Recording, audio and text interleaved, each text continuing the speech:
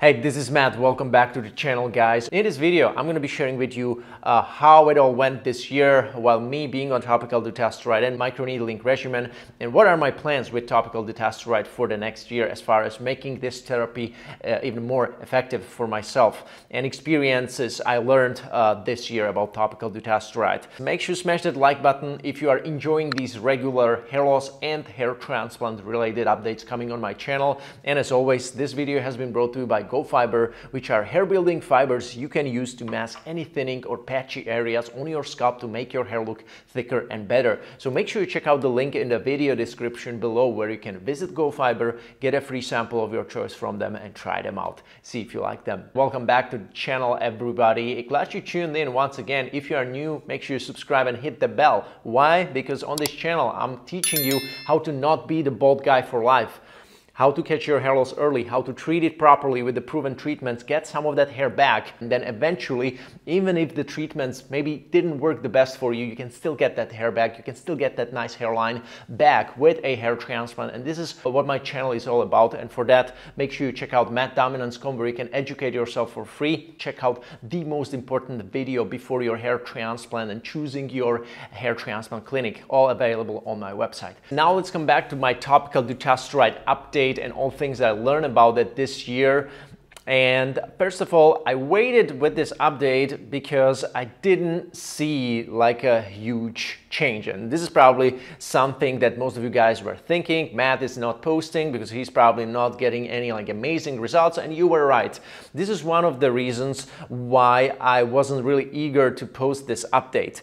First of all, what I was doing this year when I started topical dutasteride regimen, I was testing the concentrations, if I get side effects or not. I was testing 0.05 to 0.1% topical dutasteride concentration, which is an equivalent of 0.5 milligram to 1 milligram of dutasteride per application, per topical application. Using it in conjunction with stamoxidine, so I was pretty much mixing my topical dutasteride with stamoxidine and then applying it topically every 10 days after my microneedling session. And my microneedling sessions are spaced out 10 days from one another. After each microneedling session, I was applying topical dutasteride. Sometimes I was waiting about, usually between 6 to 24 hours after the application, I was applying the topical dutasteride. Now, why the results were not as dramatic, as great as I maybe was expecting? Simply because I'm already on finasteride oral, which is likely responsible for most of my hair loss prevention or most of my hair loss management. If you add topical dutasteride on top of that, especially if you just use it once every 10 days, this is not going to yield like any drastic improvements, like in my case. That's why what I'm going to be doing next year, I'm going to be increasing the frequency of topical dutasteride application. I already found out what is the concentration of topical dutasteride that I can tolerate, that doesn't give me any side effects, and this is going to be between 0.05 to 0.1% topical dutasteride. However, I'm not going to be applying it once every 10 days as I used to until right now. I'm going to be doing it 2 to 3 times a week. This is one thing that I learned about topical dutasteride this year. Even if you apply it directly after microneedling, as long as the frequency is not going to be like moderate to high, you still may not see any results.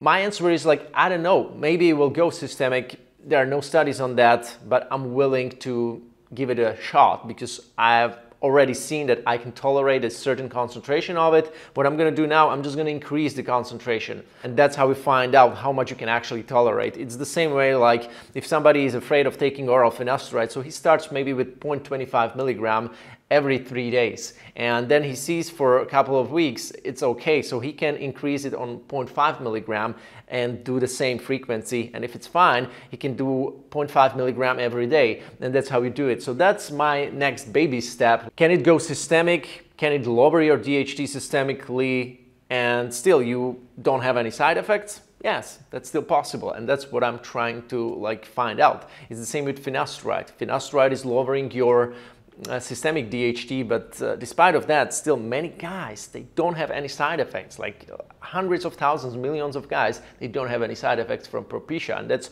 one reason why, you know, even that systemic DHT suppression as a result of topical dutasteride may not cause automatically side effects just because it suppresses your systemic DHT. With that being said, guys, thanks for tuning in, thanks for following these updates. So I don't forget, for all of you guys who are interested in a hair transplant, or even more importantly, consider it seriously within the next 1 or 2 months, make sure you take advantage of my one-on-one Zoom video course that I'm offering on www.mattdominance.com/mentoring, where you can book a one-on-one call with me and I can give you my personal guidance in terms of hair restoration, hair transplant planning, hair transplant strategies, but also hair loss management. Again, thank you so much for watching, and I'm going to be looking forward to seeing you in another video.